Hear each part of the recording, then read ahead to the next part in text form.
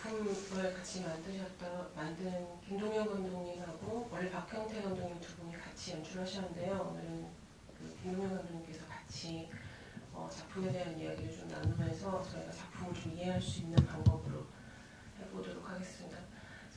개인적으로는 저는 이 작품을 몇 번을 봤는데도 오늘 또 보면서 또 반했다 이런 생각을 하면서 봤거든요. 그래서 약간 이 자리에서는 팬심을 막 동원을 해가지고 작품에 대한 얘기를 같이 하게 되지 않을까 그런 생각을 합니다.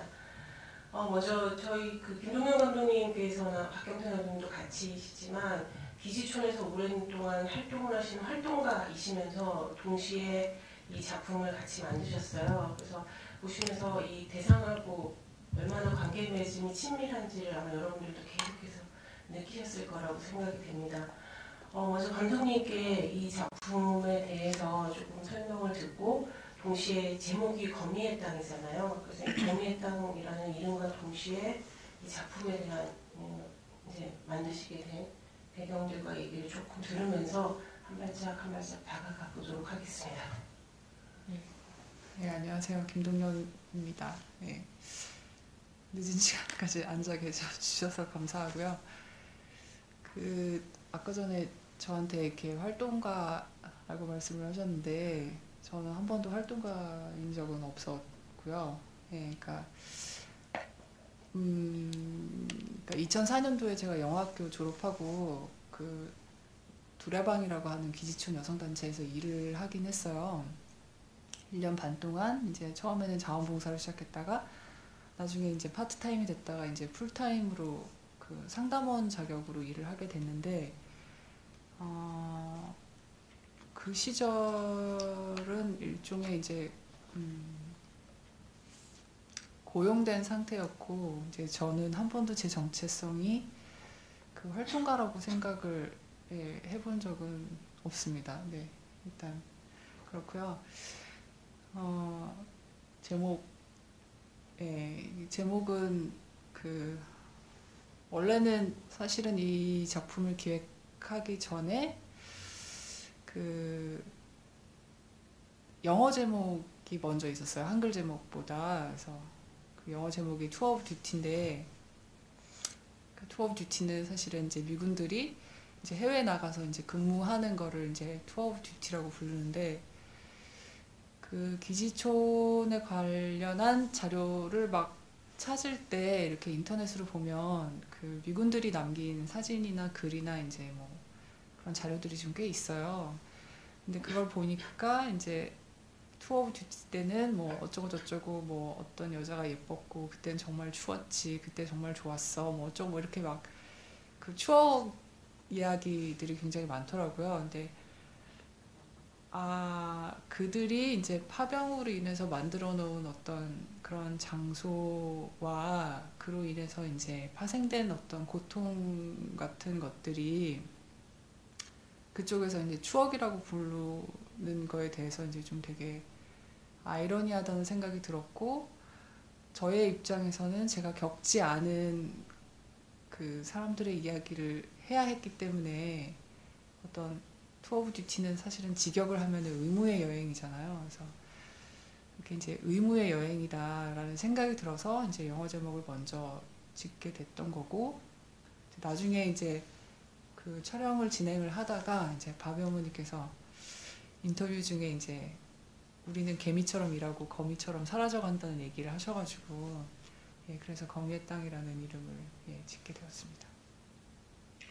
되게 그 영화는 세 명의 인물을 따라가고 있지만 감독님께서 말씀해 주신 것처럼 투톤으로 볼 수 있는 지점이 있다는 생각이 드는 것 같아요. 감독님이 영화 속에서는 드러나지 않지만 미군들에게는 어쩌면 되게 판타지, 그러니까 군 복무 기간 동안 해외에 나가서 기지촌 여성과 지냈던 게 또 다른 어떤 자신의 판타지였던 건데 그 기간을 고스란히 껴안은 우리의 그 기지촌의 공간에서의 여성들을 저희가 이렇게 만나보면서는 실제로 그렇지 않은 것을 너무나 이렇게 확격하게 느끼게 되는 거고 제 감독님을 제가 이제 활동가라고 소개를 했던 부분에서는 감독님도 언젠가는 그런 얘기를 하셨던 것 같아요. 그러니까 활동가가 아니라 나는 그들의 친구가 되고 싶다. 그들의 감히 대변자가 되고 싶지는 않다라고 얘기를 하시면서 이렇게 지나가셨던 생각이 나서 어쩌면 그게 진짜 저희가 같이 가는 모습이 아닐까라는 생각을 했고, 감독님의 전작이 또 아메리칸 엘리라고 기지촌 여성을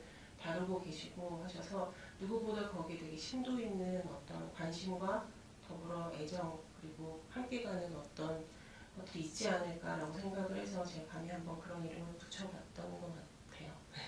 네, 근데 그러니까 다큐를 사실 만들면서 그러니까 활동가라고 이제 본인을 정체성을 갖는 분들이 많죠. 많은데 사실은 그러니까 기지촌에서 계속 다큐를 만들면서 이 활동가라는 정체성을 갖지 않으려고 노력했던 시간이었던 것 같거든요. 그 다큐를 만드는 시간 전체가. 그래서 제가 조금 약간 민감하게 저는 활동가가 아니라고 말씀을 드렸던 것 같습니다. 조금 다른 얘기인데 제가 요즘 그 참여 다큐멘터리, 액티비즘 다큐멘터리 뭐 이런 쪽의 다큐멘터리 작품에 대해서 이제 과거의 90년대 작품들을 이렇게 쭉 분석하는 하는 아티클을 좀 읽다가 제가 오늘 검의 땅을 하게 되면서 그럼 검의 땅은 액티비즘이나 참여 다큐멘터리 혹은 우리가 이제 그냥 번역하면 커뮤니티 다큐멘터리 뭐 이런 쪽으로 본다면 이 작품도 거기에 들어갈 수 있다고 포함을 하고 이야기를 하는 것일까 아닐까 이런 생각을 문득 하게 되더라고요. 그래서 감독님께서는 활동가의 정체성이라고 하는 건 감독님의 또 개인적인 정체성의 작업 안에서 내가 활동가의 정체성을 버리는 작업을 그곳에서 혹은 가지지 않으려고 하는 작업을 하셨다라고 하는데 거미의 땅을 보시면서는 이 작품에 대해서 나는 이 작품이 굉장히 어떤 현실 참여적인 그런 작품이라고 생각을 하시는지 어떤 부분에서 왜냐면 굉장히 직접적으로 인물들에 대해서는 그렇지만 그 공간은 굉장히 정확하게 기록을 해내시고 그 공간의 기억들을 불러오시는 부분이 있어서 저는 문득 감독님의 생각이 궁금해졌어요. 그 아티클을 쭉 읽다가 물론 그 작품은 아예 90년대를 다루고 있기는 했지만 오늘날의 지금의 이 시점에서 어떤 참여 다큐멘터리 혹은 뭐 액티비즘 이런 다큐멘터리 영역들에서 보면 이 검의 땅의 포지션은 어떤 것일까 이런 생각이 문득 들어서 되게 뜬금없네요. 아니 근데 사실 이 영화의 포지션을 그걸 결정하는 거는 제가 아닌 것 같고 좀 이상한 얘기지만 어쨌든 영화인 것 같아요. 그래서 그게 이제 해석하는 사람들의 어떤 몫이라는 생각이 드는데 그냥 저는 개인적인 얘기를 하자면 그러니까 늘 다큐멘터리를 만드는 사람들은 처음에 시작이 약간 내가 이 역사적인 사실을 알려야 되겠다는 어떤 사명과 함께 이 핍박받고 이 미저러블한 어떤 그런 것들을 내가 사람들이 보고 싶어 하지 않기 때문에 내가 보여주고 싶다라는 어떤 그런 욕망에서 출발을 많이 하게 되잖아요. 근데 저도 처음에는 약간 이렇게 나이브하게 그렇게 시작을 했던 것 같아요. 근데 이제 두레방에서 제가 1년 반 동안 이제 위기 개입이라고 하는 그런 상담 방식을 하게 됐어요. 근데 그 위기 개입이 뭐냐면은 이제 앉아서 상담을 하는 그러니까 뭐 심층 인터뷰를 하거나 이런 방식도 있지만 여성이 예를 들면 뭐 미군한테 지금 맞고 있다거나 아니면은 지금 낙태를 하러 가야 되는데 지금 돈이 없다거나 그러면은 바로바로 어떤 그 순간에 개입을 해서 이제 도와주는 그런 일이었어요.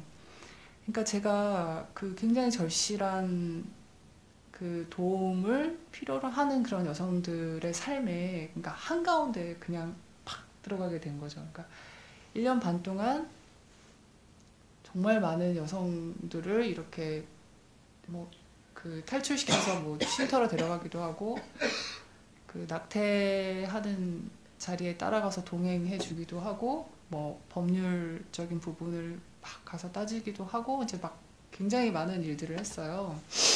근데 그러고 나서 이제 이렇게 착각에 빠진 거죠, 사실은. 그러니까 아, 내가 이렇게 1년 반 동안 정말 이 여자들이 어떻게 살고 있는지 그 현실을 너무 잘 알고 있다는 어떤 그런 생각이 들면서 아, 이제 다큐멘터리를 찍어도 되겠구나, 이제 막 이런 생각이 좀 들어가지고 카메라를 딱 들었는데 카메라를 드는 순간 모든 관계가 너무 변하는 거예요. 그러니까 그 사람들은 아주, 그러니까 한 1년 동안 굉장히 친해졌던, 내가 다큐를 찍고 싶어 했던 그 주인공들이 카메라를 든 저를, 그러니까 받아들이지를 못하거나, 아니면은 그러니까 늘 내가 카메라를 들고 와도 나는 카메라를 찍으면 안 되고 그 순간 걔 항상 문제점이 있는 걸 도와줘야 되는 상황인 거예요. 근데 나는 이제 목적이 바뀐 거죠. 그러니까 나는 카메라를 들고 영화를 찍으러 왔지. 이제 더 이상 이제 쫓아다니면서 막 낙태하러 가면은 뭐 낙태 또 해주고 뭐 이렇게 할 수가 없는 거예요. 그런데 뭐 그 낙태하는 걸 쫓아가서 뭐 영화를 찍을 수도 있겠죠. 그렇지만 그런 거는 좀 윤리적으로 좀 그렇게 하면 안 된다는 생각이 들어가지고 그렇게 하지 않았는데, 그때 이제 제가 깨달은 게 아, 나는 활동가가 아니구나. 아, 내 욕망은 처음부터 활동가가 아니었고 내 욕망은 영화 만드는 거에 있었구나. 이제 그런 생각이 들었고 그 영화라는 도구를 통해서 사실 관계를 맺는 거죠. 그러니까 뭐 진짜 그 사람의 삶의 친구가 되거나 이런 게 아니라 영화를 통해서 친구가 되는 거고, 네. 그래서 이제 저는 거미의 땅을 개인적으로는 그 박경태 감독이랑 저랑 그 영화를 만들 때도 그랬고, 영화를 만들기 전에도 그랬고, 항상 이 영화는 정치적인 영화라고 생각을 해요. 근데 그 정치적이라는 것이 뭐 박정희 시대 때 뭐 여성들이 저렇게 뭐 동원되고 수많은 여성들이 죽어가고 막 이런 걸 알려내는 것이 정치적인 것이 아니라, 이때까지 그러니까 기지촌을 한국 사회가 어떻게 다뤄왔는지, 그러니까 어떻게 이 여자들을 계속 호출해서 이렇게 미디어에서 이 여자들을 어떻게 이용했고 우리가 이 여자들을 어떻게 바라보고 있는가에 관한 어쨌든 그런 그 시선에 저항을 한다는 의미에서 저희는 이 영화가 정치적이라고 생각을 하거든요. 네. 관객의 한 사람으로서도 그 부분에 되게 동의를 하는 지점인 것 같아요. 감독님 말씀하셨던 것처럼 그 세 명의 인물들을 저희가 이제 바라볼 때, 그 처음에 그 바비 어머니에서부터 시작해서 박인순 할머니, 그다음에 안성자 씨를 바라볼 때 기존의 어떤 잣대를 가지고 바라보거나 어떤 그런 게 아니라 저희가 그냥 그들을 딱 마주하게 만들어 주셔서 보고 있으면서 그 이야기들에 굉장히 아프지만 매혹되면서 동시에 그 이야기를 계속 이렇게 흡입하게 만드는 지점들이 있었던 것 같아요. 근데 이제 감독님이 그 영화의 얘기를 하시고 영화로서 이제 그들의 친구가 되겠다라고 얘기를 하시면서 이 작품을 이제 하면 저희가 영화로 이제 접근해서 잠깐 얘기를 조금 들어가 보면, 저는 이 작품에서 여러 가지 흥미로운 요소들이 있지만 일단 이 작품의 오프닝이 굉장히 흥미롭다는 생각이 들고, 그 오프닝의 작품의 오프닝만큼이나 각 인물들의 오프닝들도 굉장히 흥미롭다는 생각을 하는 게 되더라고요. 그래서 오프닝에서는 비석의 이미지에서부터 시작을 해서 그 숲의 공간, 그리고 그 숲의 공간에서 구보하고 있는 그 군인들의 목소리, 그다음에 풀벌레 소리, 그러다가 이제 폐허가 된, 돌이켜보면 가장 마지막 공간이었던 안성자 씨의 그 다니는 그 공간, 그러면서 이제 센터 분식으로 들어가게 되는 거고요. 그러면서 바비 어머니로 들어가면 센터 분식이 아니고 선유 분식. 어딘가 다른 곳에 있었던 대전시가 그렇죠. 그래서 선유 죄송합니다. 제가 감기를 굉장히 심하게 앓고 있어가지고 약간 약 기운이 뻗쳐 있어서, 그래서 그렇게 하고 그다음에 바비 어머니를 만날 때는 바비 어머니를 처음에 만나서 카메라가 딱 멈춰 있고 바비 어머니는 계속 이렇게 그 상황에서 왔다 갔다 하시고 거의 얘기를 없으시다가 얘기를 할 때쯤에는 그 잿더리나 다른 오브제들 속에서 바비 어머니를 보여주시고 그 전에 우린 바비 어머니가 이렇게 샷하는 걸 모습을 보여주시잖아요. 근데 그 장면 되게 충격적으로 우리가 왜냐면 보통은 스크린에서 만날 수 없는 장면이어서 되게 충격적으로 보고 있는데 그 장면 다음에 갑자기 주전자를 이렇게 딱 보여주세요. 그래서 이제 이런 방식으로 굉장히 인물을 처음에 바비 어머니를 보여주시는데 바비 어머니가 흔히 생각하는 공간의 주체가 아니라 이 공간의 또 한 명의 오브제 같은 그 주전자와 별반 다름없는 이런 느낌으로 저는 되게 인상적이었던 것 같아요. 그리고 들어가서 박인순 할머니 같은 경우는 공간을 계속 이렇게 돌아다니시는데 어두운 골목에서 계속 이렇게 골목을 먼저 소개를 하고 아니면 처음에 잠깐 보여주셨지만 내내 어두운 공간 안에서 보여주시다가 이제 그 안성재 씨 들어가면 안성재 씨 같은 경우 처음에 안성재 씨로부터 시작을 하지 않고 그 남편분이라고 짐작이 되시는 나중에 백이철 씨이죠. 그때 이제 공간에서 잠깐 보여줬다. 그분이 머리 감는 모습에서 시작을 하면서 안성재 씨가 옷을 골라주는 방법으로 들어가시는 거예요. 그래서 영화의 시작도 굉장히 흥미로웠고 되게 어떤 부인의 풍경들에서 시작을 하고 그다음에 인물을 소개를 하시는데도 각 인물들마다 소개의 방식에서 인물들을 먼저 소개하는 게 아니라 공간을 보여주시는 방식들이 개개인별로 굉장히 흥미로워서 그 부분에 대해서 영화적으로 어떻게 접근하시면서 풀어내셨나 좀 궁금했던 부분. 아니, 지금 이제 이승민 선생님이 말씀해 주시니까 이제 갑자기 깨닫게 된 게 있는데 되게 그냥 과정을 그대로 저희가 관계 맺던 어떤 그런 과정이 그대로 드러나는 것 같아요. 이렇게 말씀해 주시니까. 그러니까 뭐냐면은 바비 어머니 같은 경우에는 그 옛날에 양색시 그 협회가 있었어요. 민들레 협회라고. 거기 이제 회장님이셨는데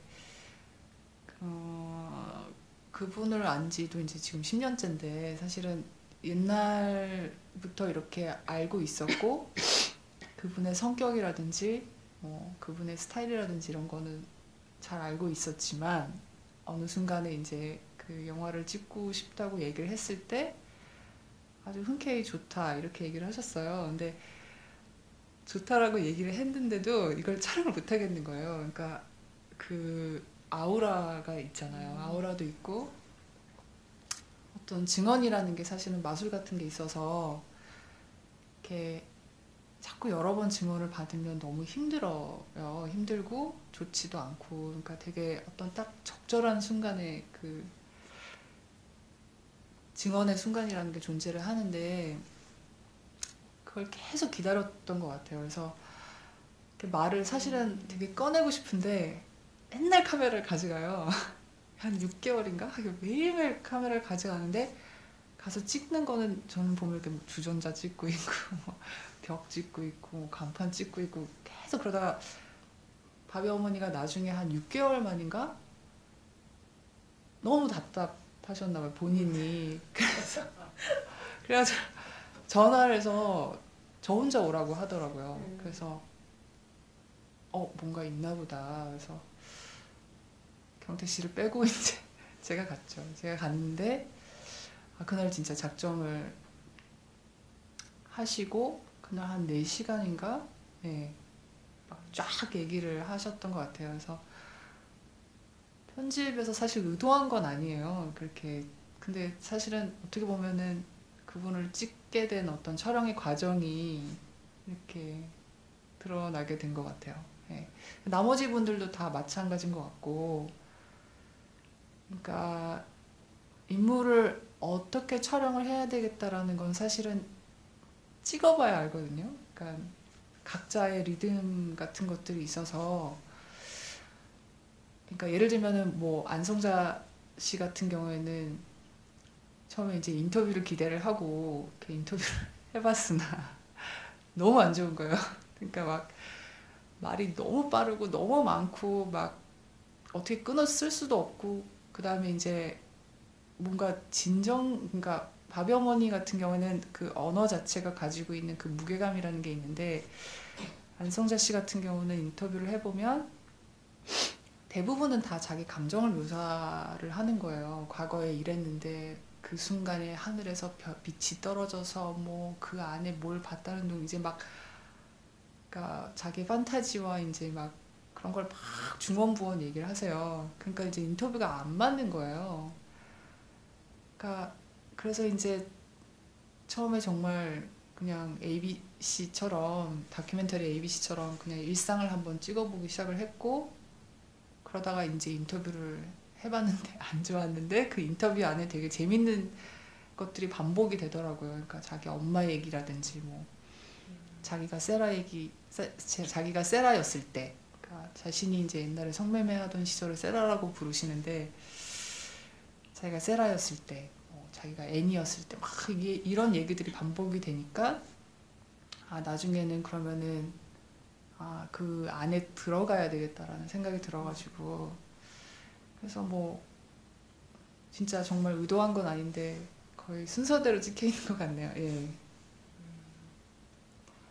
그래서 그 안성재 씨 같은 경우는 문답법의 형식으로 이제 이야기를 두 분의 감독님이 같이 묻고 대답하고 혹은 이야기를 같이 끌어가시고 막 이런 부분들이 그 안으로 같이 들어가셨다라는 일종의. 예, 그러니까 뭐 그러니까 그러니까 어떤 사람의 과거를 재현을 할 때 이제 인터뷰를 안 할 수는 없잖아요. 그러니까 인터뷰 또는 대화를 안 할 수는 없는데, 그분이 말씀하시는 것들은 너무 이야기를 듣고 있으면 너무 비주얼해요. 그러니까 그걸 묘사하는데 엄청나게 많은 단어와 그 의성어와 의태어가 엄청나게 많이 들어가시거든요. 근데 그거를 듣고 있으면은 이렇게 그려져요, 이게.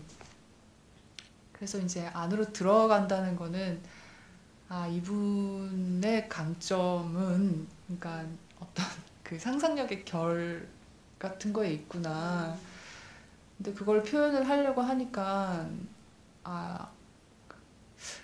하여간 어느 순간부터 안성자 씨가 자기가 어떤 장면을 하겠다고 하시더라고요. 그래서 그때부터가 시작이었던 것 같고, 근데 처음에는 그 본인이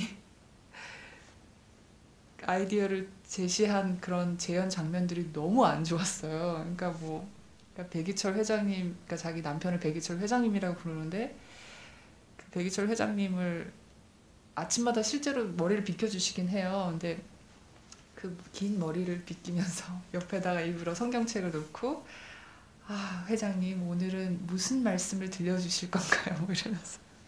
그러니까 막 본인이 막 연출을 하는데 너무 못 찍겠더라고요. 그래서 이런 방식은 아니구나. 그러니까 이거는 우리가 개입을 해야 되는 거고, 개입을 해서 같이 만들어 가야 된다는 생각이 들더라고요. 그래서 이제 애니와 세라의 이야기를 만들게 됐습니다. 근데 그 공간은 다 직접 같이 가시는 거죠. 실제 공간의 기지촌이었던, 그러나 지금 버려진 공간들을 다 같이 가셔서 거기서 재연 내지는 재현을 하신. 예, 그러니까 어떤 방식으로든 그 안성자 씨가 출연한 장소들은 그 안성자 씨의 과거와 어떤 방식으로든 관계가 있어요. 예, 근데 이제 뭐 되게 많이 폐허가 된 곳들은 뭐 잘 표식이 잘 남아있지 않고 너무 오래돼서 이제 정확하게 어디에서 뭐가 있었는지는 잘 기억을 못 하시지만, 일단 그 장소에 가면은 엄청나게 많은 그런 상상력이 쏟아져 나오세요. 그래서 막 거의 우리가 감당을 할 수 없을 정도로, 그러니까 왜 그 리티판의 영화 S21을 보면, 그 S21이라고 하는 그 강제 노동 수용소에 가해자들을 딱 데리고 가는 순간 자기도 모르게 재현을 하잖아요. 그러니까 기억이 몸에 각인돼 있는 거거든요. 그러니까 이제 안성자 씨 같은 경우도 그랬던 것 같고요. 네. 박인순 씨 같은 경우는 뭐 예, 자기가 지금 살고 있는 장소에서 매일 하는 것들을 다시 그냥 재현을 한 거고. 예. 그 박인순 씨 같은 경우는 그 내내 어두운 공간에 있다가 딱 한 번 되게 환한 공간에서 저희한테 정면샷을 보여주시잖아요. 거기가 절이에요. 네. 그래서 근데 절에서 또 저희가 듣도 보지 못한 막 그 이제 그때부터 본격적으로 욕을 막 쏟아내시잖아요. 예. 그 속에 있는 욕이라기보다는 혼잣말에 분노를 막 쏟아내시고 있고, 그리고 절이라고 하는 공간이 사실 지금까지 봤었을 때도 그렇고 실제로 그녀가 그 공간에 있는데 되게 낯설어 보이더라고요. 그래서 본인이 절을 거기를 가셔서 이제 같이 찍으신 건지 아니면 그건 역시도 같이 감독님과 협의하에 이렇게 유도하신 건지. 박인순 씨의 종교는 모든 종교를 다 믿는 종교예요. 그래서 자기를 도와주는 어떤 그 종교 집단이 있으면 절을 가고, 또 요새는 또 교회를 다니세요. 그러니까 그 항상 어떤 신이냐는 중요하지 않고 항상 자기를 어떤 지켜주는 부적이라고 생각을 하는 것 같아요. 절이든 교회든 아니면 무당이든 간에. 그래서 그 당시에는 그 어떤 스님이 그 빼버리라는 기지촌에, 그러니까 어떤 스님이 이제 그 박인순 씨를 좀 약간 눈여겨보고는 이제 계속 그 박인순 씨가 그 당시에 이제 옷가지랑 뭐 후라이팬이랑 이런 걸 주스러 다니니까 이제 절에서 그걸 많이 줬나 봐요. 그래서 이제 절을 다니고 있었고, 영화를 이제 그 찍겠다고 하니까 이제 뭐 사실은 그 뭐죠? 하여간 영화 잘 되게 해달라고. 네. 그래서 이제 뭐 인순 언니가 끌고 간 거죠. 그날이 부처님 그 탄생 날이었는데,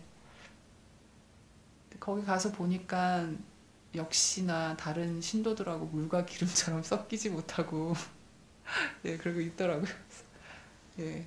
이번에 보면서 되게 그러니까 계속 그 이미지가 박인순 씨 할머니의 그 절에서 그 절 마당에서 있었던 그 장면이 계속 각인이 돼서 이미지로 남더라고요. 네. 남는데 이번에 보면서 되게 남는데 동떨어지는구나 이런 느낌. 그러니까 영화적으로 동떨어지는 게 아니라 그분이 그 공간과 굉장히 다른 네. 느낌이구나 이런 느낌이 되게 확연히 들어서 조금 그 되게 흥미로웠던 지점이었던 것 같아요. 내내 어둡고 그냥 계속 어슬렁거리시면서 다니시고 뭔가를 네. 바지런히 하시는데 그 공간 안에서는 그곳을 어떻게 공간을 장악하시거나 공간 안에서 무엇을 하시지 못하는 네. 상황이셔서 그게 되게 인상적이게 남았던 부분이었어요.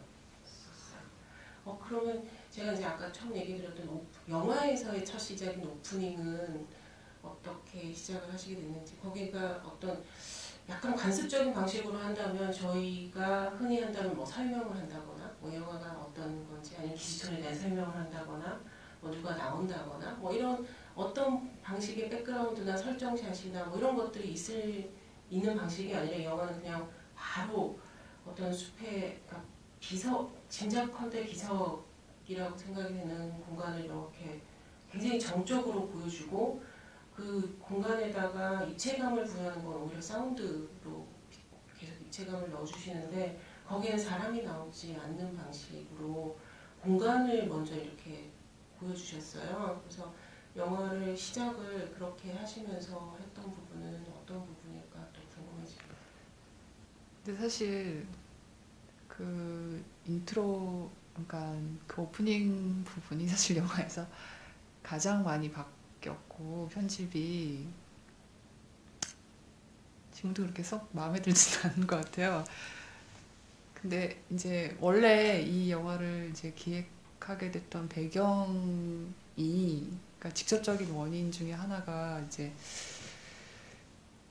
제가 이제 2004년부터 2009년까지 이제 아메리칸 엘리를 찍었고, 이제 박경태 감독은 2000년부터 이제 2005년까지 이제 영화를 또 다른 걸 2편을 찍었어요. 기지촌에 관한. 근데 전부 다 이제 인물을 팔로우하는, 그러니까 전형적인 다이렉트 스타일의 다이렉트 시네마적인 방식으로 막 팔로우해서 그 사람의 일상을 찍고 막 카메라 뒤에서 대화를 하고 이제 그런 그 방식으로 영화를 찍었는데 그렇게 한 5년을 지내고 나니까 너무 황폐해지고 피폐해지고 그다음에 이제 그 알 수 없는 그 죄의식 같은 거, 그러니까 계속 어떤 내가 관음증적으로 이 사람들의 삶을 그러니까 보여주고 있다는 그런 어떤 죄책감 같은 게 굉장히 많았어요. 그래서 되게 너무 우울증도 왔었고, 그리고 사람을 계속 쫓아다니게 되면은 어쨌든 그 사람의 기운이 이렇게 가까이 오게 되잖아요. 그러면 다른 것들을 못 보게 되고 계속 감정에 이제 집중을 하게 되거든요. 그래서 그렇게 한 5, 6년을 그렇게 지내고 나니까 다큐를 찍지 말아야 되겠다는 생각이 들더라고요. 그래서 다큐를 찍지 말자 이렇게 고민을 하다가 사실은 경태 씨나 저나 이제 그 기지촌 공간에 대한 어떤 그 매료도 굉장히 많이 있었거든요. 근데 항상 인물을 팔로우하느라고 공간을 보여준 적이 없었는데 그 잠시 이제 사람을 쫓아다니지 않는 기간에 저희가 뭘 했냐면은 이제 경기 북부에 그 이제 과거에 언니들이 얘기해준 그 수많은 기지촌들의 이야기가 있는데 그걸 너무 보고 싶은 거예요. 지금 우리가 알고 있는 그 당시 제가 알고 있는 기지촌은 몇몇 어떤 선유리, 뭐 동두천, 의정부 이렇게밖에 없었는데 어디에도 있고 저기에도 있고 막 뭐 듣도 보도 못한 다 리자로 끝나는 뭐 그런 데에 기지촌이 어마어마했고 뭐 아가씨가 뭐 2,000명 있었고 뭐 그래가지고 이제 그거를 찾으러 돌아다녔어요 저희가. 그래서 한 1년간 그래서 저희가 직접 발품을 팔아가지고 한 39개 정도 되는 그 기지촌을 찾아냈어요 경기 북부에. 그래서 책을 만들기로 했죠. 이제 사진을 찍어서 책을 만들기로 했는데 그게 어쨌든 잘 되지 않았어요. 잘 되지 않고 그 중간에 그냥 그 뭐 유학을 뭐 가게 되는 바람에 이제 중단이 됐고, 그래서 돌아왔을 때 사실은 공간 다큐를 찍으려고 했던 거였고, 그래서 이제 예전에 저희가 찾아놨던 장소에 다시 가서 이제 막 처음에는 인물 없이 사실은 동영상으로 계속 공간을 찍고 있었는데 돌아와서 이렇게 확인을 해보면 너무 공허한 거예요. 그러니까 공간을 물론 뭐 실험적인 다큐 중에 공간만 주구장창 보여주는 그런 다큐도 있지만 거기에 이제 인간의 기억이라는 게 없다면 그 공간을 읽을 수가 없잖아요, 저희가. 그래서 그때 또 다시 이제 사람이 중요하구나. 인물을 또 찍어야 되겠구나 이런 생각이 들더라고요. 그래서 다시 이제 인물을 찍어야 되겠다고 생각을 하고 이제 바비 어머니랑 이제 박인순 씨랑 안성자 씨랑 이렇게 해서 3명이 되게 됐던 건데 또 인물을 찍다 보니까 나중에 편집을 다 하고 나니까 공간이 없어요. 그래서 이제 뭐 인트로에 그나마 저희가 초반에 하려고 했던 거 그러니까 그 폐허가 된 아니면 논밭이 돼버린 그 과거의 영광이었던 어떤 그런 공간 속에서 사실은 이렇게 저희 같은 경우는 너무 많은 이야기를 알고 있기 때문에 그 공간에 딱 가면은 굉장히 약간 유령을 보는 것 같은 그런 느낌이 들 때가 있어요. 그러니까 특히 이제 박경태 감독은 2번째 영화를 이제 어떤 혼혈인을 찍었는데 그 혼혈인이 저희가 유학 간 사이에 혼자 죽었어요. 그러니까 알코올 중독이었는데 이제 쪽방촌에서 이제 혼자 죽었어요. 근데 그분이 원래 살아생전에 경태 씨한테 되게 많은 기지촌 얘기를 해줬던 거예요. 공간 이야기들을 거기 가면 뭐가 있고 뭐가 있고 뭐가 있고.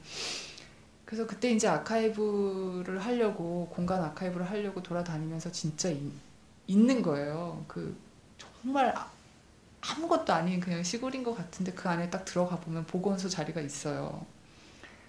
그러니까 이제 막 전율이 오면서 그 혼혈인 분이 꼬맹이였을 때 거기서 자랐을 거 아니에요. 그러니까 이제 경태 씨 같은 경우는 계속 환영을 보는 거죠.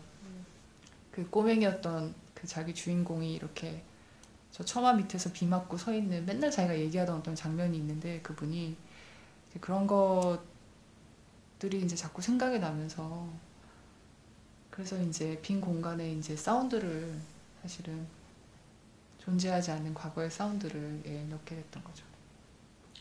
네, 감독님께서는 이제 과정을 얘기를 해주시는데 저는 완성품을 본 저로서는 영화는 그 인물을 다루고 있지만 인물을 굉장히 공간화시켰다라는 생각을 아까 얘기했던 맥락 안에서 그 바비 할머니, 그러니까 바비 어머니 같은 경우에도 그 생터분식 안에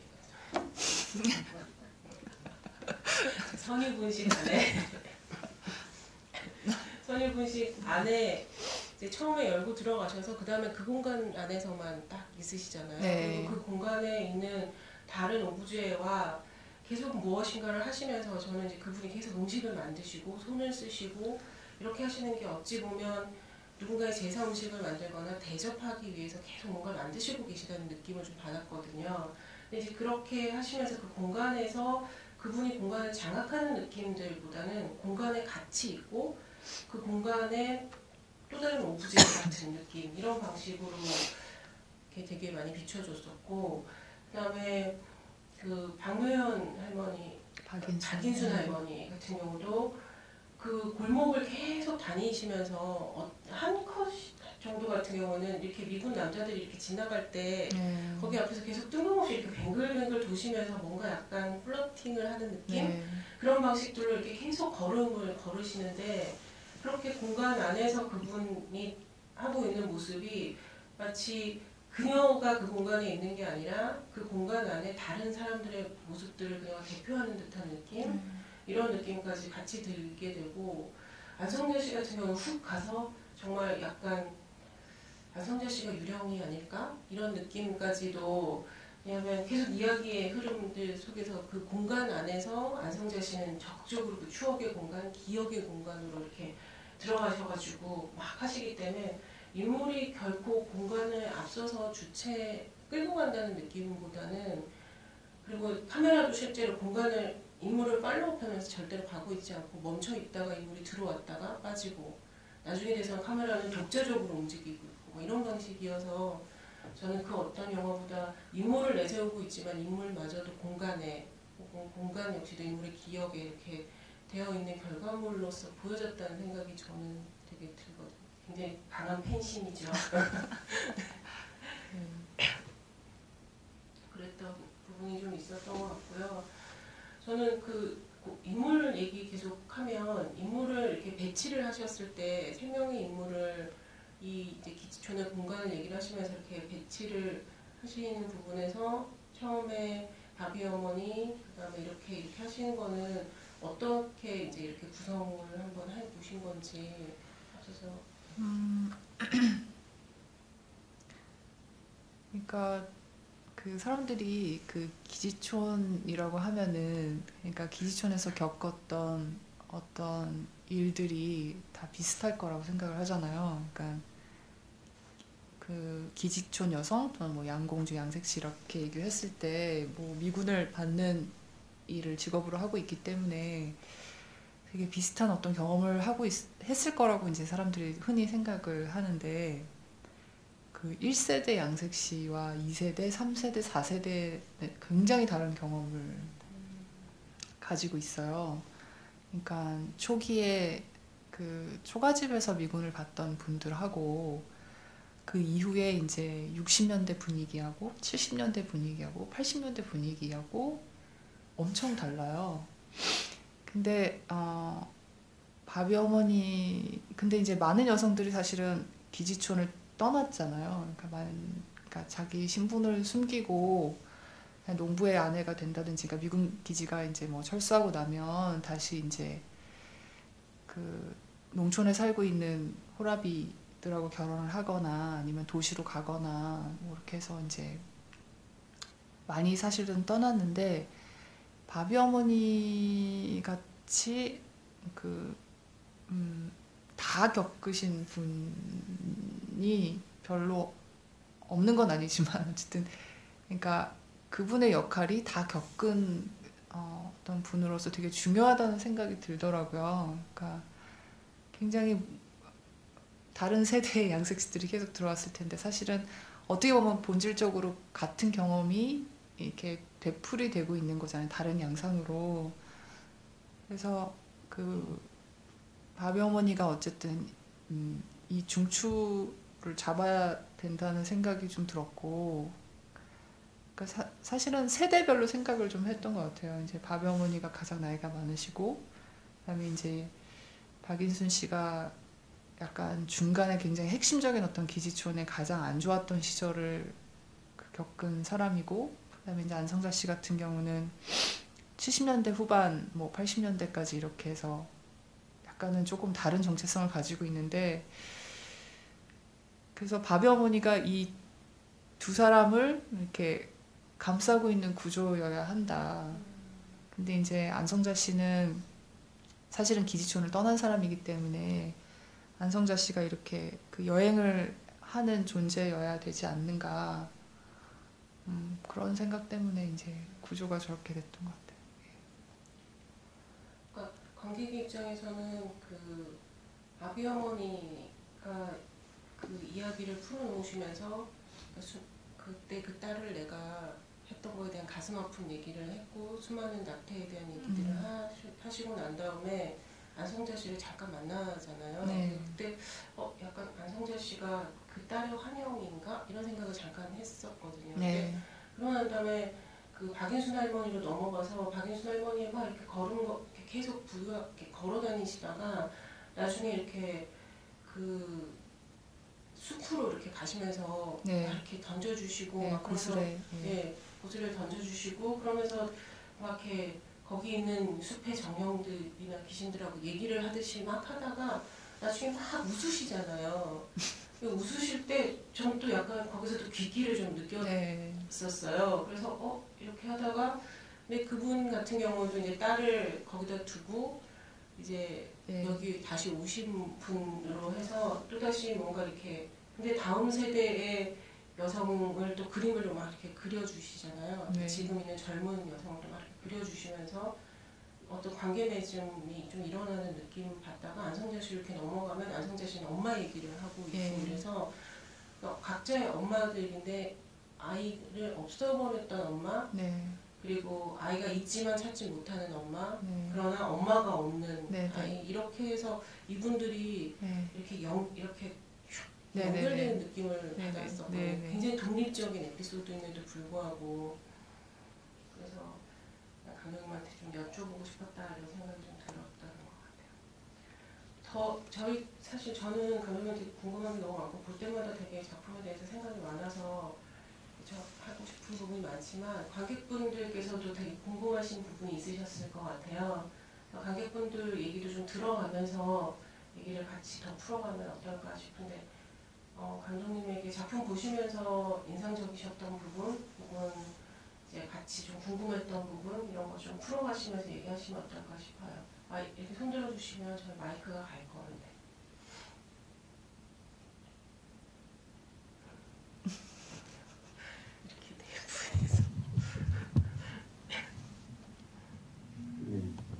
저도 몇 번 봤지만 오늘 새삼스럽게 말씀을 들으면서 궁금해졌던 게, 세 분이 이 영화를 시작하기 전에 관계가 있었던 분, 알고 계셨던 분들인지,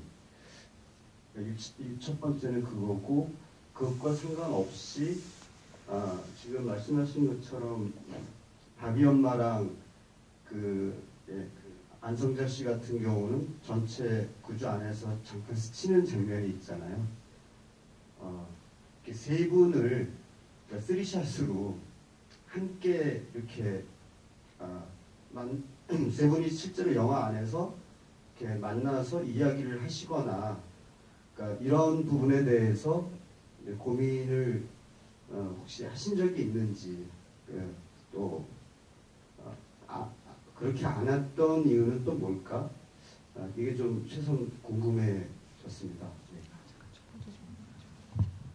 세 분이 그 인물 세 분이 서로 알고 계시는 아, 건가요? 네. 세 분은 전혀 서로 모르는 분이시고요. 서로 모르는 상태였고, 영화 때문에 이제 밥여머니하고 안성자 씨가 만났던 거고, 끝나고 나서 무슨 뭐 다른 일 때문에 미술 전시 때문에 그 박인순 씨를 데리고 선유분식에 가서 그 만난 적이 있어요. 그 세 분을 그렇게 대화를 하지 않았던 이유는 일단은 가장 큰 이유는 그 세 분이 서로 모르는 상태였기 때문에 그 스리샷을 쓰거나 뭔가 만나게 하거나 그런 거는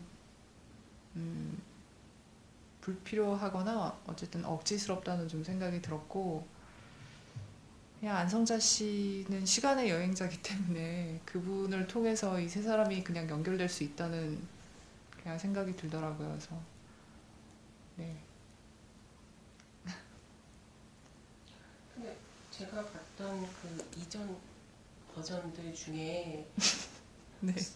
기억이 나는 장면이 한 장면이 있는데 이 영화가 이제 처음 나와서 이렇게 변해가는 과정들이 저는 약간 그 스토커 기질이 있어서 좀 따라가는 편이거든요.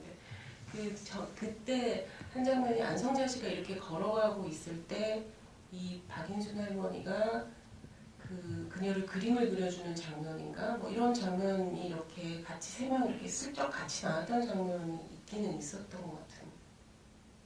한 쇼트 하네요. 네, 한 슈타는 이렇게 네네네. 예, 맞아요. 있었어요. 있었어요. 네. 네, 그 장면이 그것 때문에 지금 그 다음 영화가 만들어질 건데요. 그 거미의 땅에서 사실 원래는 이제 두 사람이 약간 스쳐가는 장면이 있었어요. 근데 그걸 가지고 편집에서 정말 많은 토론을 했던 것 같아요. 이제 박경태 감독이랑 이제 박경태 감독은 둘이 어떤 방식으로든 스쳐 지나가야 한다라고 얘기를 했고 저는 그건 다음 작품에서 스쳐가야지 지금 작품에서는 이거는 시기상조다. 만나야 되는 이유가 너무 없지 않느냐. 네, 그렇게 해서 토론 끝에 제가 이겼기 때문에 그 장면이 빠졌고요. 네. 원래 이제 그 누락된 장면이 사실은 꿈속에서 두 사람이 약간 이렇게 재회가 아니라 이렇게 스쳐 지나가는 거예요. 아무튼 그게 지금 다음 작품의 주된 내용이 될 예정입니다. 네. 말씀이 나오신 김에 다음 작품에 대한 얘기 살짝 저희 다음 작품은 박인순 씨가 지금 살고 있는 그 마을 이름이 빼뻘이라는데요, 의정부에. 근데 작년 겨울 크리스마스 때 저희가 거미의 땅 찍을 때 촬영을 한 어떤 분이 있어요. 그러니까 그때 금방 말씀드렸던 안성자 씨가 와가지고 잠깐 박인순 씨를 스쳐 지나가면서 자기가 옛날에 살던 집을 물어보는데 그 집이 어디에 있다라고 대답을 해주던 어떤 여자분이 있었어요. 근데 그 여자분이 이제 박인순 씨보다는 나이가 적지만 비슷한 경험을 하신 분이에요. 미국에 이제 가서 뭐 미군하고 결혼해서 미국에 갔다가 이혼당하고 이제 돌아와서 이제 살던 분이었는데 그 분이 크리스마스 이브 날 이제 작년 크리스마스 이브에 눈이 되게 많이 왔는데 그 옷을 홀딱 벗고 옷을 다 가지런히 옆에다, 그러니까 자기 집 마당에 이렇게 놓고는 홀딱 벗고 누워서 얼어서 죽었어요. 네, 그런 일이 있었어요. 어쨌든 작년 크리스마스 이브 날. 근데 박인순 씨가 이제 전화가 와서 자기가 그러니까 그런 얘기가 나와가지고 이제 그분이 죽은 얘기가 나와가지고 막 대화를 하다가 자기가 크리스마스 이브 날 꿈을 꿨다는 거예요. 네, 꿈을 꿨는데 그 죽은 그 여자가 이제 만약에 A라면 그 A가 빼버를 그러니까 마을을 나가더래요. 그래서 나가면서 자기를 빤히 쳐다보고 나가더라는 거예요. 이제 그 다음날 일어나 봤더니 죽어가지고 이제 마을에서 난리가 나고 이제 막 이런 일이 있었다. 그래서 여튼 그 사건으로 이제 박인순 씨가 이제 그 죽음에 대한 공포 같은 게 이제 좀 생기셔가지고 그 딸을 되게 지금 안 그래도 찾고 싶어 하는데 이제 진짜 죽기 전에 딸을 좀 봐야 되겠다. 좀 그런 게 있어서 미국에 직접 가서 저희가 박인순 씨와 함께 그 딸을 찾으러 다니는 내용이 될 것 같아요. 근데 뭐 TV 다큐처럼 이렇게 정말 막 찾아가지고 막 울고 불고 뭐 이렇게 그런 건 아니고요. 대부분은 아마 그 미장센을 저희가 창조를 해서 그 장면을 만들어서 아마 하게 될 것 같아요. 네. 절대 TV 다큐 같은 스타일이 될 거라고는 아무도 이 영화를 본 사람은 그렇게 생각하지 않을 거라고 생각이 들고요.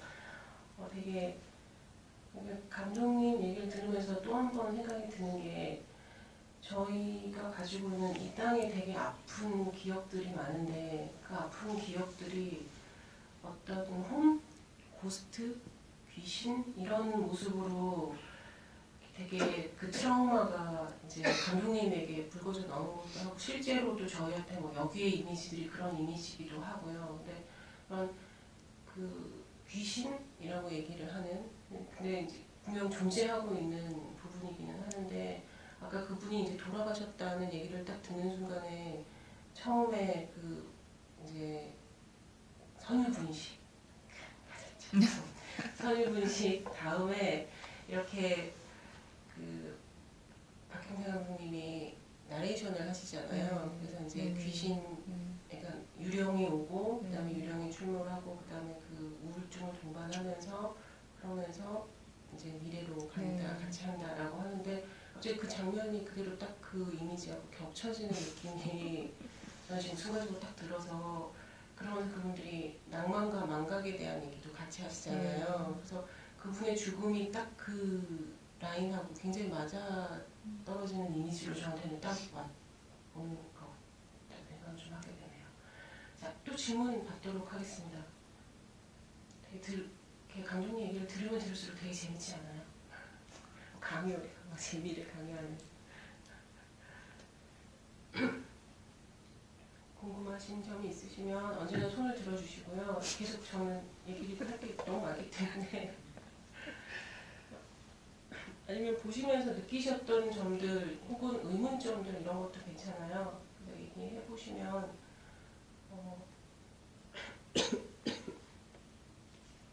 재밌을 것 같다는 생각이 들고 마이크는 언제나 준비되어 있으니까 손 주시고 하시면 될 것 같아요. 별로 강요하지 않고 계속 진행하면서 얘기를 하고요. 그다음에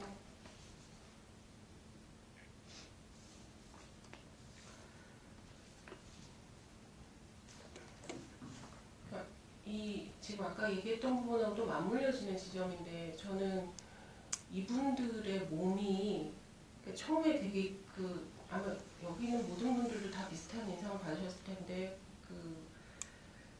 바비 어머니가 주사를 놓을 때 분명 이제 인슐린 주사를 놓으셨을 것 같은데 한 2번 정도가 거의 정면으로 팔에 한 번 놓으시고 배에 한 번 놓으시잖아요. 근데 그렇게 놓는 장면이 되게 강렬하게 남아 있고 그 장면들과 더불어서 이제 본격적으로 그게 이제 다 몸의 이야기인데 그 땅의 이야기, 버려진 혹은 폐허가 된 그 땅의 이야기들을 풀어내시면서 갑자기 그분들의 여성사하고 땅하고가 이렇게 같이 딱 맞물려지는 느낌이 들어서 되게 좀 아프고 슬픈 느낌이 들었었거든요. 그래서 감독님께서 그 어떤 육체라고 하는 부분하고 공간이라고 하는 것, 특히 여성의 육체라고 하는 것과 공간이라는 부분에서 어떤 방식으로 조금 생각을 하시면서 작업을 하셨는지. 글쎄요, 특별히 그렇게 막 그렇게 많은 생각을 하면서 촬영하진 않았는데, 그러니까 어쨌든 이분들은 평생 자기 몸뚱아리로 살아오신 분이잖아요. 그러니까 그 몸에 보면은 실제로 다른 사람들보다 상처가 굉장히 많아요. 뭐 작게는 뭐 담뱃불로 자기가 이제 학대하는 거죠. 자기를 지진다거나, 뭐 손목을 긋는다거나, 뭐 미군한테 칼을 맞아서 뭐 찢긴다거나, 뭐 아니면 뭐 무슨 자궁을 드러내는 수술을 해서 뭐 이렇게 큰 그런 게 있다거나. 근데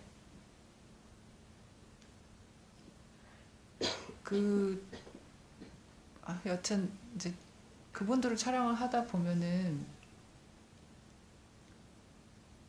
글쎄 뭐라고 얘기를 못하겠는데, 이제 그냥 자연스럽게 그 몸을 자꾸 찍게 돼요. 예. 그리고 그 몸이 말했으면 좋겠다라는 방식으로 앵글을 잡게 되고, 네, 뭐 그 정도인 것 같은데요. 네. 특별히 어떤 뭐 여성의 육체를 뭐 어떻게 뭐 보여주고 이제 그런 생각을 하면서 찍진 않고, 그냥 눈에 보이니까요. 그러니까 그런 것들이. 이제 밥어머니는 하루에 인슐린을 이렇게 매일매일 맞으시는데, 그 인슐린을 맞을 때 보면은 굉장히 결연해요. 그러니까 그걸 보면은 막 처음엔 저희가 그걸 못 봤어요. 근데 이제 자꾸 안 보니까 그 밥어머니가 와서 찍어 뭐해 이러더라고요. 그래서 네.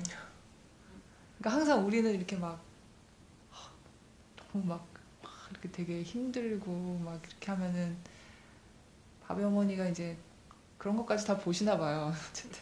네, 그래서 뭐 하냐고 와서 찍으라고. 그러면은 이제 경태 씨는 나가요. 이렇게 나가고 제가 가서 찍고. 네.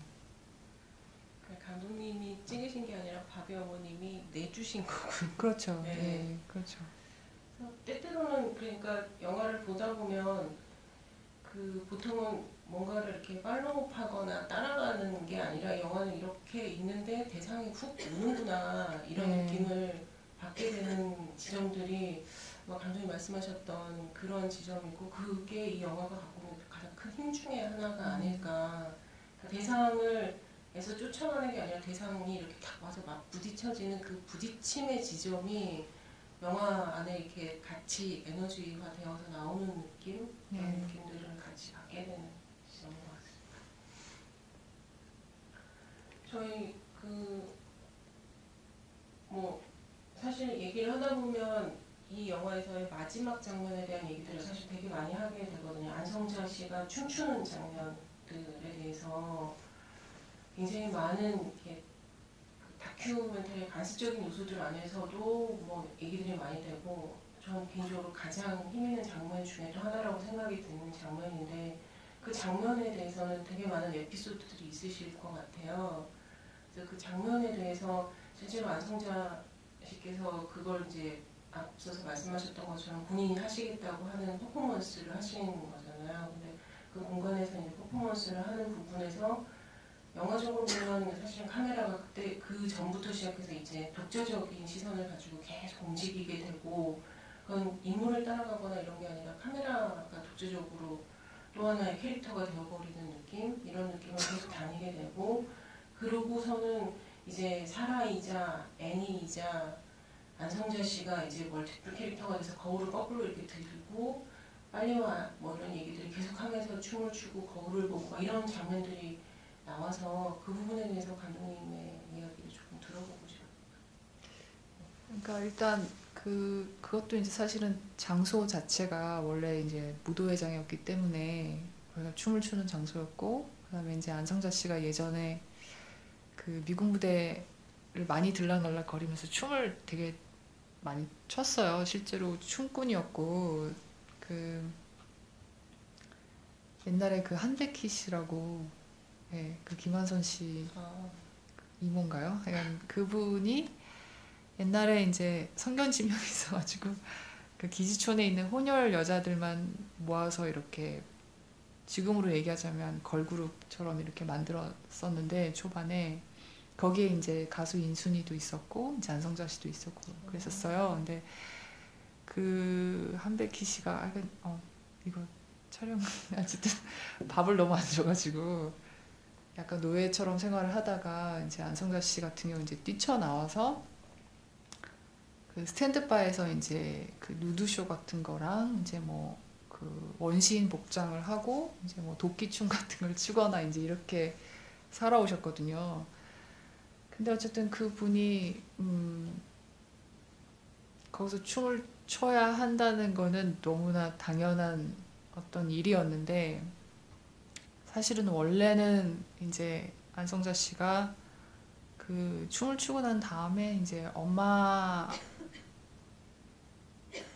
뭐 뭔가를 편지를 쓰거나 뭐 뭔가 엄마한테 뭔가 말을 하는 원래 장면이 있었어요. 그래서 이 춤이 중요한 게 아니라 사실은 그 엄마한테 이야기를 하는 부분이 더 중요했고, 그래서 그거를 촬영을 하려고 했는데 너무 많이 울으셔가지고 촬영이 안 됐었어요. 촬영이 안 되고 그냥 춤 장면만 찍게 됐는데,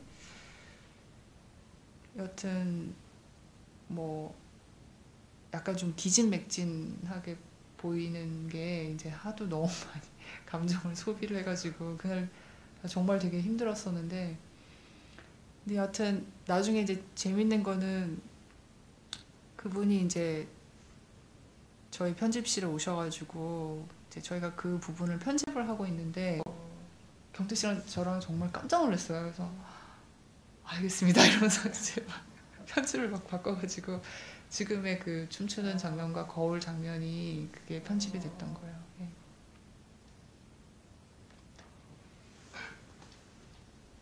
네, 그런 맥락에서 보면 내내 여성의 이야기들인데 박경태 감독님의 그 나레이션은 어쨌든 무게중심을 잡아주고 되게 매력적인 부분은 분명 있는데요.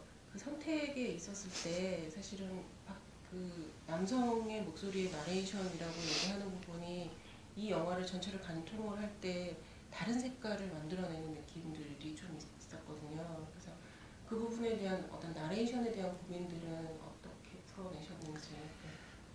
그러니까 뭐 안성자 씨하고 이제 중간에 그 사진을 두고 이제 박경태 감독이랑 안성자 씨랑 대화를 하는 장면이 있잖아요.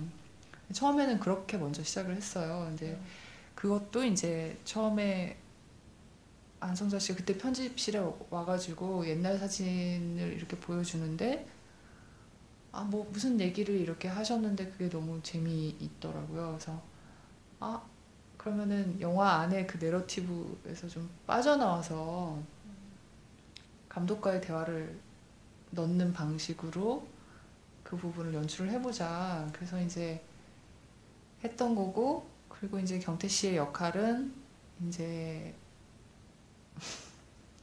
목소리 연기가 좀 어색해서 그렇지 약간 저널리스트 같은 그런 역할을 한 거예요. 그러니까 뭐 사람들이 굉장히 양색 씨 얼굴을 보고 싶어 하는데 왜 안 보여주냐, 이제 뭐 이런 식으로 이제 얘기를 하면은 이제 안성자 씨가 거기에 저항을 하는 그런 역할이었고,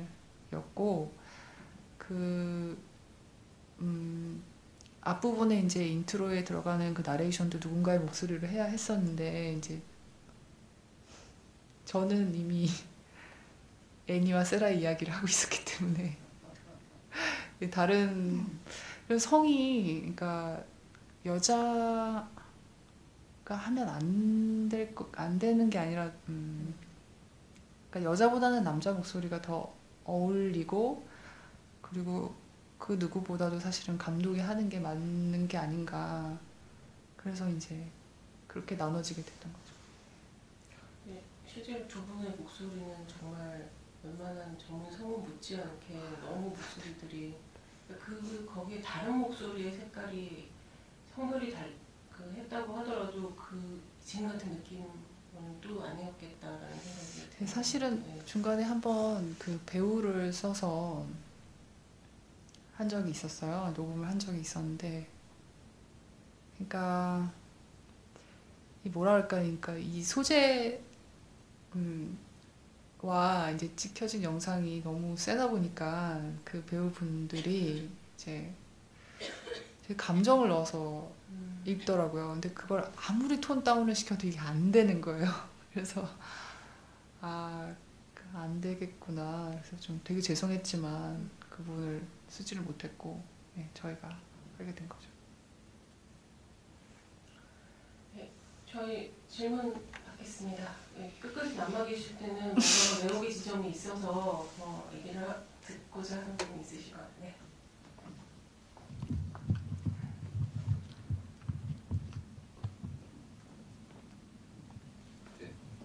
저는 사운드가 되게 좋더라고요. 되게 신경을 많이 쓰신 것 같은데 되게 음질도 깨끗하고 굉장히 현장도 제대로 잘 들어오고 그리고 음악도 되게 좀 경건해지는 느낌을 좀 주는 게 되게 적절했다고 생각했고요. 그래서 사운드나 음악에 대해서 어떻게 디렉팅 하셨는지 그 과정이 그러니까 이 영화에서 사운드는 사실 되게 중요해요. 그러니까 이게 그러니까 이 영화의 주인공이 이 세 명의 여자와 공간과 사실은 유령이라고 저희는 생각을 하거든요. 근데 이제 그 유령을 사실 표현해 주는 게 사운드라고 생각을 했기 때문에 사운드를 되게 이제 사실 좋다고 말씀을 하셨지만 사실 너무 아쉽거든요. 제가 봤을 때는. 근데 이제 원칙이 하나 있었는데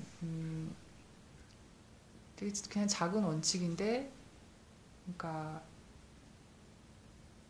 거의 대부분 이제 카메라와 같은 방향의 사운드를 쓰는 거가 좀 원칙이었어요. 그게 좀 이상한 집착 같은 건데 괜히 말했다. 아니요, 카메라와 같은 방향의 사운드가 어떤 것일까? 그러니까 이제 카메라가 이렇게 찍고 있으면 사운드도 저걸 바라봐야 되는 거죠. 그러니까 내가 이만큼 거리에서 찍고 있을 때 사운드도 이만큼 떨어져 있어야 되는 거지. 가까이 가서 예를 들면 금영화는 이렇게 멀리 찍고 있어도 사실 가까이 가서 안 보이게 해서 이렇게 싹 해서 그걸 하잖아요. 근데 이상한 집착이지만 어쨌든 예, 그런 원칙이 좀 있었던 것 같아요. 예. 음악은 예, 음악은 그 투명이라고 하는 인디 밴드가 해준 건데 그분들이 거의 한 6개월간 한 38곡을 만드셨던 것 같아요. 그러니까 그만큼 이렇게 만들고 또 만들고 또 만들고 계속 진짜 그거 찾는 게 되게 음악을 찾는 게 굉장히 어렵더라고요. 그래서 이 자리를 빌어서 너무 감사하다는 말씀을 드리고 싶네요. 네. 저희 VOD로 있으니까 꼭 보라고. 네. 얘기해 주시면. 근데 실제로 정말 사운드가 갖고 있는 힘이 영화가 과거를 불러오기도 하고 그 공간의 입체감을 불러오기도 하고 그리고 그 이야기의 정보 아니면 에너지, 기운 이런 것들도 있고 저는 되게 기억에 이렇게 계속 맴도는 게 되게 어두운 공간이든 골목의 공간인데 개 짖는 소리 아니면 되게 껌껌한데 우리가 그 껌껌한 어둠 속에서만 만날 수 있는 미묘한 소리들 있잖아요. 소리가 없는 것 같은데 있는 소리 이런 소리들이 감독님이 잡아내셨다는 생각이 공간 속에서 이렇게 되게 많이 들었었어요. 그래서 특히나 박인순 할머니가 이렇게 골목을 오갈 때 거기서 걷는 바스락거리는 이런 소리가 아니라 그냥 골목만 비춰주고 있는데 우리가 되게 어두운 공간에 있으면 뭔가 되게 섬찟한 무서운 느낌이 드는 어떤 사운드 같은 느낌? 이런 것들이 그 공간에 같이 묻어있는 느낌인 거예요. 그래서 되게 신기하다 보면서 되게 귀기가 있구나 라는 생각을 좀 했고요. 근데 이 말씀하시면서 저도 들었던 것 중에 오늘 이제 저는 발견했었는데 안성재 씨가 이렇게 갔다가 옛날 집으로 이렇게 가는데 다른 집은 다 폐허가 됐는데 보면 그 집은 사람이 살고 있나 봐요. 그래서 꽃도 조금 있었고 거기 뭐 성철 뭐 이렇게 해가지고 막 벽에 막 이렇게 써져 있었을 때 거기에도 보면 거기 사람들의 남자들의 목소리를 그대로 내셨어요. 그래서 그건 진짜 현장음이라는 네. 생각이 들더라고요. 네. 그래서 그것까지도 같이 살리신 게 그냥 현장. 네, 뭐 그게 현장이니까. 그러니까, 네. 그래서 오늘 저는 그 장면을 보면서 다른 사운드들은 약간 어떤 시간성을 거기다 가지고 있거나 공간성을 가지고 있었다면 거기서는 사실은 지금까지 되게 버려진 공간이나 죽은 공간 혹은 잊혀진 공간 아니면 아픈 공간 이런 공간들의 폐허를 막 이렇게 찾아다니는데 그 공간에서 갑자기 멈춰서서 안성재 씨가 어떤 기억의 마주함을 이렇게 하는데 거기 안에서 지금 현장에서의 어떤 남자들 두 명의 목소리가 이렇게 계속 들려가지고 되게 좀 다른 느낌을 그때 순간 싹 받았었거든요. 그래서 사운드의 쓰임이 되게 미묘한데 되게 많은 느낌을 자아냈던 부분이 있는 것 같습니다. 자, 마지막으로 저희 질문 한 명 정도만 더 받고 정리를 할까 하는데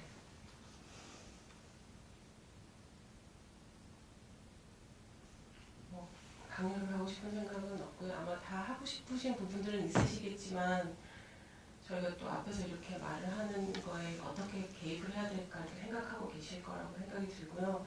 그러면 감독님 사실 이 작업과 더불어서 지금 전시 작업을 파주에서 시작을 하셨다고 알고 있어요. 그래서 앞으로 이 작업을 좀 더 향후에 그러니까 검의 땅을 저희가 좀 더 볼 수 있는 방법들, 이 향후에 검의 땅이 어떻게 더 흘러갈지에 대한 이야기들과 더불어 그 전시 작업에 대한 이야기를 좀 소개를 해주시면 감사하겠습니다.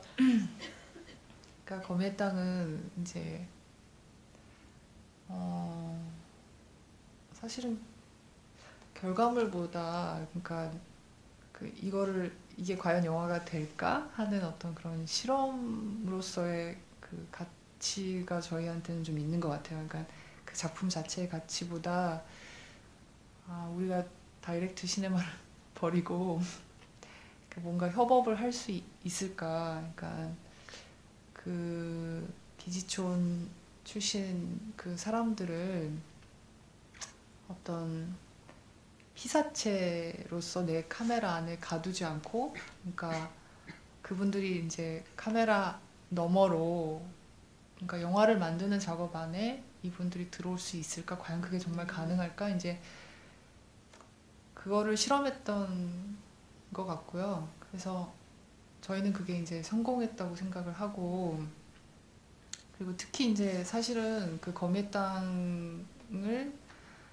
저희가 이제 영화제를 가서 상영을 하면 이제 가능하면은 안성자 씨나 그 박인순 씨를 저희가 데려가려고 하는데 갈 때마다 놀라운 이야기들을 들어요. 저희가 그러니까 뭐냐면은 그 영화에 대한 평가도 하시고 관객에 대한 평가도 하시고 편집에 대한 평가도 하시고 막 그래요. 그러니까 예를 들면 박인순 씨 같은 경우는 저희한테 영화가 너무 짧다. 영화가 이렇게 짧아서는 안 된다. 네, 그래서 깜짝 놀래가지고. 근데 사실 영화제를 가면은 그 2시간 반을 정말 뚫어지게 보세요. 뚫어지게 보고 자기가 나오는 장면 때 막 박장대소를 하고 막 이러면서 보시는데 어쨌든 그러니까 야마가타 영화제에서 저희가 이제 상을 받았어요. 근데 그때 같이 갔어요. 그때 경험이 이제 굉장히 좋았던가 어떤 이제 관찰을 이제 그분이 하시기 시작을 하셨는데, 하여튼 얼마 전에 저희가 뭐 다른 얘기를 하자면 전시를 위해서 단편 작업을 했어요. 근데 그 단편을 이제 보러 오프닝 날 오셨고 그날 이제 뭐 음악을 만들어준 친구 뭐 누구 다 왔는데 이제 막 칭찬을 해주시더라고요. 뭐 음악이 되게 뭐 좋았고 뭐 잘했어 뭐 저 이렇게 하더니 딱 집에 가려고 이제 우리끼리 딱 차를 타니까 일단 편집을 더 길게 해야 되고 그 다음에 음악이 이거는 안성자 씨가 얘기한 건데 음악이 어떤 부분이 잘못됐다고 딱 얘기를 하는데 깜짝 놀란 거예요. 뭐냐면 저희가 이제 맨 마지막에 그 오프닝을 위해서 사실 되게 빨리 편집을 했고 그 음악을 기존에 있는 음악을 쓴 게 있어요. 근데 다른 부분은 다 맞는데 한 부분이 안 맞는 부분이 있어요.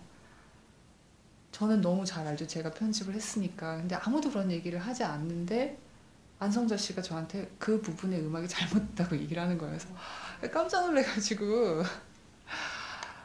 이게 영화의 힘이라는 게 이게 그러니까 언어 이전의 언어 같은 그런 느낌이 막 들면서 앞으로도 계속 이분들이 그러니까 건강이 허락하는 한 어떤 형태로든 그러니까 다큐가 됐던 극영화가 됐던 뭐 실험 영화가 됐던 아니면 뭐 사진 작업이 됐던 그러니까 장르나 매체에 상관없이 이분들과 계속 실험을 하고 싶다 이제 그런 생각이 있고요. 그런 의미에서 이제 뭐 사실 펀딩을 받을 수만 있다면 미술이든 뭐 영화든 뭐 다큐든 계속 할 예정입니다. 실제로 박인순 씨가 이 자리에 왔었으면 저도 그렇고 여기 관객분들도 냉철한 평가를 받았을 수도 있는데 그 관객들도 관찰을 해서 막 평가를 하세요. 네. 떨리는 순간이죠.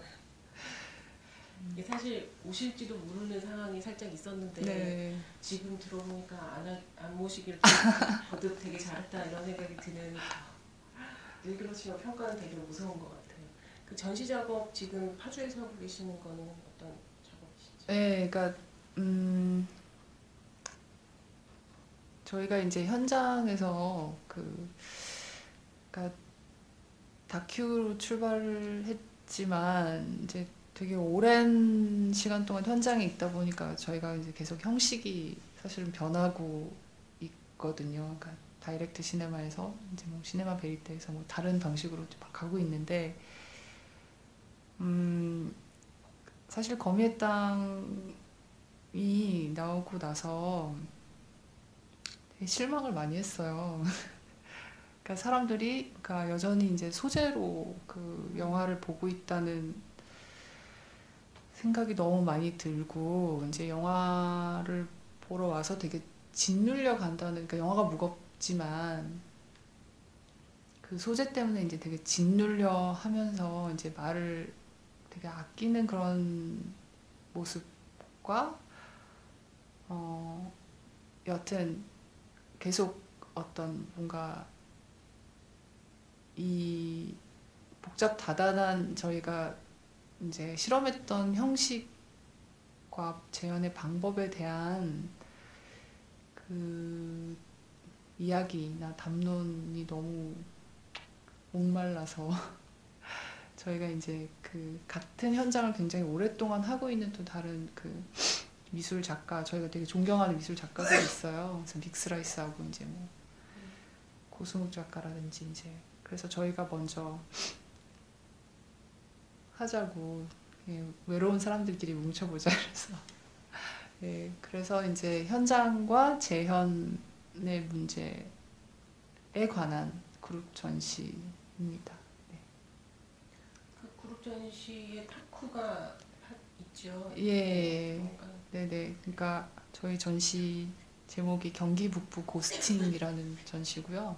지금 파주의 출판단지 그 메이크샵 아트 스페이스라는 데서 11월 말까지 하고 있고 액트와 아트 사이라는 제목으로 심포를 그 비슷한 주제와 뭐 그런 걸 좀 고민하고 있는 그 진은영 시인하고 신보선 시인이 같이 이제 이야기를 나눌 예정입니다. 되게 재밌는 게 제가 이걸 준비를 하면서 되게 닮아있다라는 생각을 하면서 시를 딱 잡은 게 신보선 씨 시였는데 되게 재밌어요. 근데 저도 그 파주에 심포지엄 대고 가보고 싶다라는 생각을 네. 개인적으로 하고 있고 관객분들도 관심 있으시면 가셔서 확대된 주제로 이 영화와 더불어 더 다른 이제 담론을 만들어가는 것도 또 하나의 역할이니까 관심 가져주시면 감사하고요. 사실 영화가 굉장히 긴 영화인데 끝까지 앉아있어 주시고 또 저희 또 감기 걸리고 되게 차분하게 얘기하는 이거 경청해 주셔서 너무너무 감사드리고 너무너무 감사드립니다. 예, 감독님께 또 이렇게 재미난 얘기를 들려주시는 거에 박수로 저희 끝내도록 하겠습니다. 네, 수고하셨습니다.